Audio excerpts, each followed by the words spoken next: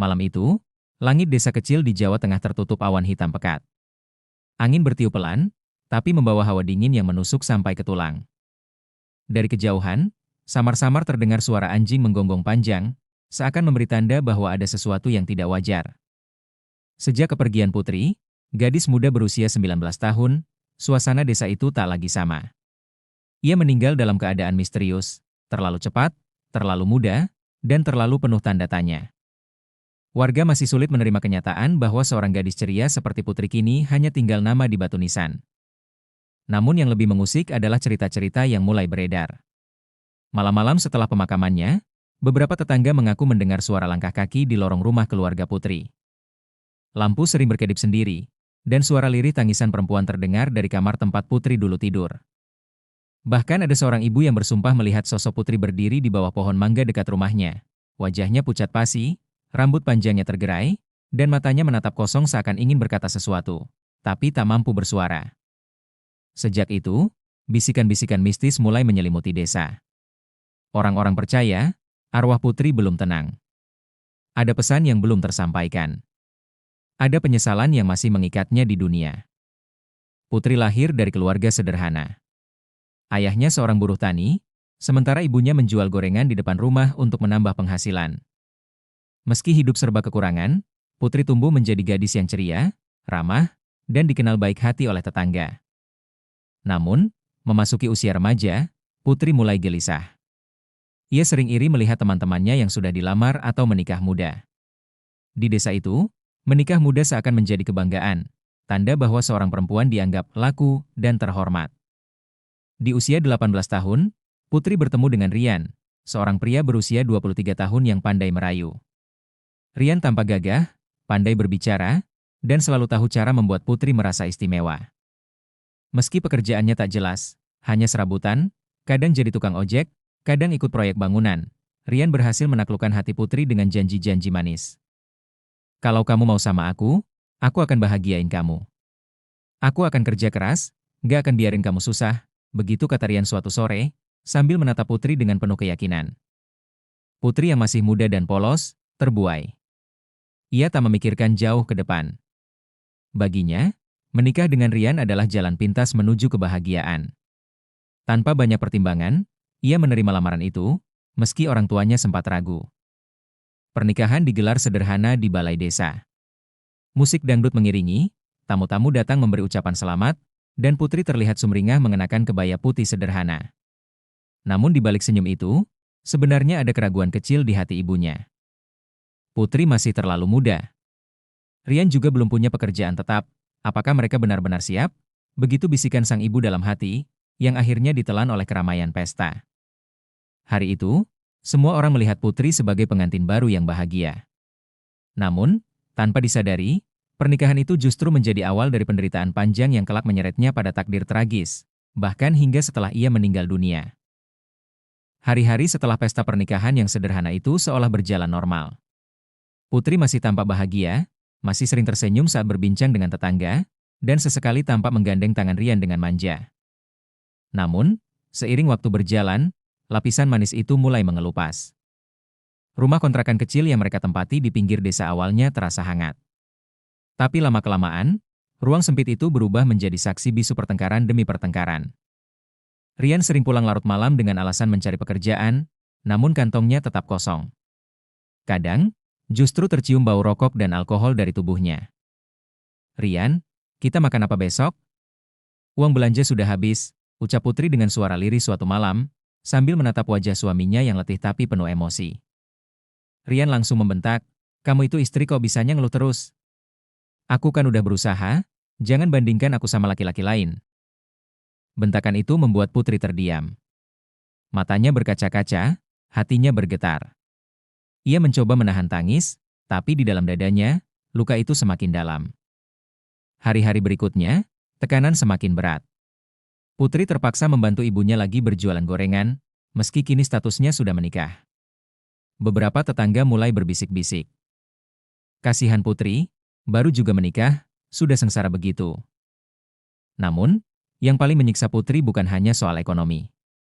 Lebih dari itu, ia merasa terjebak. Ia kehilangan kebebasan sebagai gadis, kehilangan harapan akan masa depan, dan kehilangan kebahagiaan yang dulu ia impikan. Malam-malamnya sering dihabiskan dengan duduk termenung di sudut kamar. Cahaya lampu minyak yang redup menerangi wajahnya yang semakin pucat. Air mata menetes tanpa henti, membasahi bantal usang yang sering ia peluk erat. Ya Allah, kenapa aku merasa sendiri begini? Bukankah pernikahan seharusnya membuatku bahagia? Bisiknya dalam doa yang tertahan. Namun, semakin ia berdoa, semakin ia merasa sesak. Bukan karena Allah tidak mendengar, tapi karena hatinya sudah terlalu penuh dengan kecewa dan luka. Di saat-saat seperti itu, ia mulai mendengar suara-suara aneh. Kadang, di tengah malam, ketika Rian tak juga pulang, Putri merasa ada langkah kaki di halaman rumahnya. Seperti seseorang berjalan mondar-mandir, padahal ketika ia menengok keluar, halaman itu kosong, hanya ada angin malam yang berhembus dingin.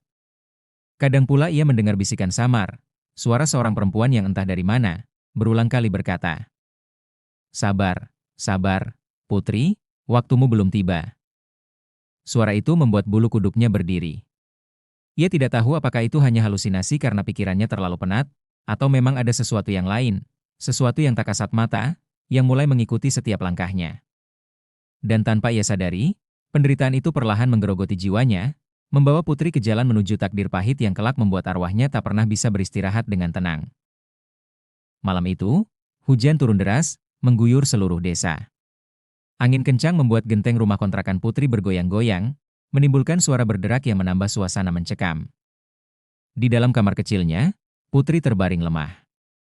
Wajahnya pucat pasi, matanya sayu, tubuhnya kurus karena sering kekurangan makan.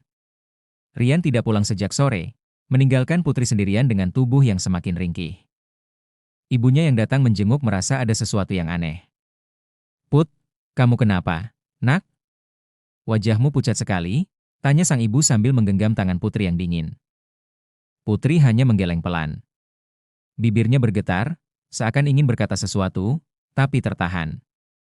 Matanya berkaca-kaca, seolah ada beban besar yang tak sanggup ia ceritakan. Malam itu, hujan semakin deras. Kilat sesekali menyambar, menerangi kamar dengan cahaya putih menyilaukan. Dan di tengah deru hujan, Putri menghembuskan napas terakhirnya. Sunyi, hening, tanpa teriakan, tanpa siapapun di sisinya kecuali sang ibu yang menangis histeris. Kabar kematian Putri menyebar cepat ke seluruh desa. Tetangga berdatangan, sebagian membawa tikar, sebagian membawa nasi untuk keluarga berduka. Namun, banyak yang berbisik dengan tatapan penuh tanda tanya. Kenapa bisa meninggal secepat itu? Putri kan masih muda. Apa karena sakit? Atau karena tekanan batin? Jenazah Putri dimandikan, dikafani, dan disalatkan sesuai syariat Islam. Namun ada hal yang membuat beberapa orang merinding. Wajah Putri tampak tegang, alisnya berkerut, dan bibirnya sedikit terbuka seolah hendak mengucapkan sesuatu yang tak sempat terucap. Wajahnya seperti orang yang belum rela pergi, bisik salah satu tetangga dengan suara bergetar. Saat jenazahnya diturunkan ke liang lahat, hujan tiba-tiba berhenti. Langit mendung, tapi sunyi mencekam menyelimuti seluruh pelayat. Beberapa orang merasa angin dingin berhembus melewati tengkuk mereka, membuat bulu kuduk berdiri tanpa sebab. Sejak hari itu, ketenangan desa berubah. Malam-malam berikutnya dipenuhi kejadian ganjil. Lampu rumah keluarga Putri sering mati sendiri tepat pukul 12 malam, lalu menyala kembali tanpa disentuh. Ibunya beberapa kali mendengar suara langkah kaki berjalan mondar-mandir di kamar Putri, padahal kamar itu sudah kosong. Bahkan seorang tetangga yang pulang dari masjid Bada Isya bersumpah melihat sosok perempuan bergaun putih berdiri di jalan setapak dekat kuburan desa. Rambutnya panjang terurai, wajahnya pucat, dan matanya menatap kosong. Wajah itu, wajah Putri. "Demi Allah, itu Putri, aku kenal betul wajahnya," ujar tetangga itu dengan nada ketakutan. Sejak saat itu, semakin banyak orang percaya, Putri meninggal dalam keadaan tidak tenang. Arwahnya masih gentayangan, seolah mencari jawaban, atau keadilan atas hidup pahit yang ia jalani. 7 hari setelah pemakaman Putri, keluarga mengadakan tahlilan di rumah. Para tetangga berkumpul, duduk bersila, membaca surah Yasin dan doa-doa. Suara lantunan ayat suci Al-Quran bergema, menggetarkan hati siapapun yang mendengarnya. Namun malam itu, sesuatu terjadi. Ketika ustaz yang memimpin doa mulai menutup dengan kalimat Al-Fatihah, tiba-tiba lampu rumah padam. Gelap gulita menyelimuti ruangan. Beberapa orang menjerit kecil, anak-anak menangis ketakutan. Hanya suara azan dari masjid jauh di ujung desa yang samar-samar terdengar, bercampur dengan bunyi dedaunan yang bergesekan. Beberapa detik kemudian, lampu menyala kembali. Tapi banyak orang bersumpah melihat bayangan putih berdiri di sudut ruangan, tepat di kursi tempat putri dulu biasa duduk. Ibu putri yang duduk di dekat pintu tiba-tiba jatuh pingsan. Setelah sadar, dengan suara terbata-bata ia berkata, Dia ada di sini." Putri duduk di kursi itu, wajahnya pucat, matanya penuh air mata. Sejak malam itu, gangguan demi gangguan terus menghantui keluarga. Malam hari, terdengar suara tangisan lirih dari kamar putri. Tangisan itu terdengar jelas, seperti seorang gadis yang sedang menahan sakit hati. Padahal kamar itu sudah dikunci rapat dan tidak ada seorang pun di dalamnya. Pukul 2 dini hari, ayah putri pernah terbangun karena mendengar suara langkah kaki berlari kecil di halaman. Saat ia mengintip dari jendela, terlihat sosok putih berambut panjang berdiri menunduk di bawah pohon mangga. Ketika disorot dengan senter, sosok itu menghilang begitu saja. Seorang anak kecil tetangga, dengan polos berkata kepada ibunya, "Bu, Kak Putri tadi main sama aku di halaman." Dia bilang kedinginan. Mendengar itu, sang ibu langsung pucat pasi dan segera membaca ayat kursi berulang kali. Desa pun menjadi heboh. Nama putri kembali dibicarakan, tapi kali ini dengan nada ketakutan. Ada yang percaya arwahnya gentayangan karena meninggal dalam keadaan kecewa. Ada pula yang menduga ada sesuatu yang lebih gelap, bahwa pernikahan dan penderitaannya membuat jiwanya terikat dengan rasa tidak ikhlas. Keluarga putri yang tidak sanggup lagi menahan teror akhirnya memanggil seorang ustaz yang dikenal mampu menenangkan roh-roh penasaran. Ustaz itu datang, membawa tasbih, air doa, dan Al-Quran. Di malam pembacaan doa itu, ketika ayat-ayat suci diperdengarkan, terdengar suara pintu berderit pelan. Angin dingin masuk dari jendela, membuat lilin di meja bergoyang hebat. Semua orang yang hadir merinding, karena pada saat itu, terdengar jelas suara bisikan perempuan lirih berkata, "Aku belum tenang." Suasana rumah keluarga putri malam itu sangat mencekam. Lilin yang bergoyang-goyang seolah mengikuti arah angin dingin yang berhembus dari jendela. Semua orang yang hadir, dari anak-anak hingga orang tua, duduk terpaku dalam lingkaran doa. Ustaz yang memimpin majelis itu membuka Al-Quran. Suaranya tenang tapi berwibawa ketika ia mulai membaca surah Yasin, ayat demi ayat menggema, seakan mengiris kegelapan yang menyelimuti ruangan. Namun, di tengah lantunan ayat suci itu, suara tangisan lirih terdengar kembali. Kali ini lebih jelas, lebih dekat, seolah berasal dari kamar putri. Tangisan itu seperti rintihan seorang gadis yang tersiksa, penuh penyesalan dan kepedihan. Ibu putri menutup wajahnya dengan mukena sambil menangis terisak.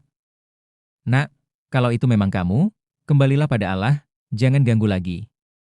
Ustaz berhenti sejenak, menatap wajah keluarga yang sudah pucat pasi. Lalu ia berkata pelan, "Putri belum tenang, rohnya masih terikat dengan beban di dunia. Dia ingin menyampaikan pesan." Suasana hening. Semua orang menundukkan kepala, menahan napas. Ustaz kemudian melanjutkan, "Pernikahan putri terjadi terlalu terburu-buru, tanpa kesiapan lahir dan batin. Ia menanggung beban yang tak sanggup ia pikul. Kesedihan dan kecewa itu ia bawa sampai ke alam kubur. Karena itu, arwahnya merasa terikat, seakan ingin memperingatkan kita semua." Beberapa orang terisak mendengar kalimat itu. Ustaz lalu menambahkan, dengan suara tegas namun penuh kasih, "Ingatlah, pernikahan bukan hanya soal cinta. Ia adalah ibadah besar, amanah dari Allah, yang harus dijalani dengan kesiapan hati, iman, dan tanggung jawab. Jangan ulangi kesalahan yang sama. Jangan terburu-buru hanya karena desakan usia atau gengsi. Karena jika salah melangkah, deritanya bukan hanya di dunia, tapi bisa terbawa sampai ke alam baka." Air mata mengalir di pipi ibu putri. Semua yang hadir larut dalam doa, memohon agar Allah mengampuni dosa-dosa putri, menenangkan arwahnya, dan memberi pelajaran bagi mereka yang masih hidup. Sejak malam itu, gangguan mistis mulai mereda. Tidak ada lagi tangisan di kamar putri, tidak ada lagi bayangan putih di pohon mangga, dan lampu rumah tak lagi berkedip di tengah malam. Namun, kisah tentang putri tetap hidup di hati warga desa. Sebuah tragedi yang berubah menjadi legenda, menjadi peringatan abadi. Jangan terburu-buru menikah muda dengan orang yang belum siap. Pernikahan adalah jalan ibadah, bukan permainan, dan setiap pilihan akan dipertanggungjawabkan di hadapan Allah. Nama putri kini selalu disebut dengan penuh iba dan rasa takut, menjadi cermin bagi banyak gadis muda di desa agar tidak mengulang langkah yang sama. Arwahnya mungkin sudah tenang, tapi pesan dari kisah hidupnya akan terus bergema, dari dunia hingga akhirat.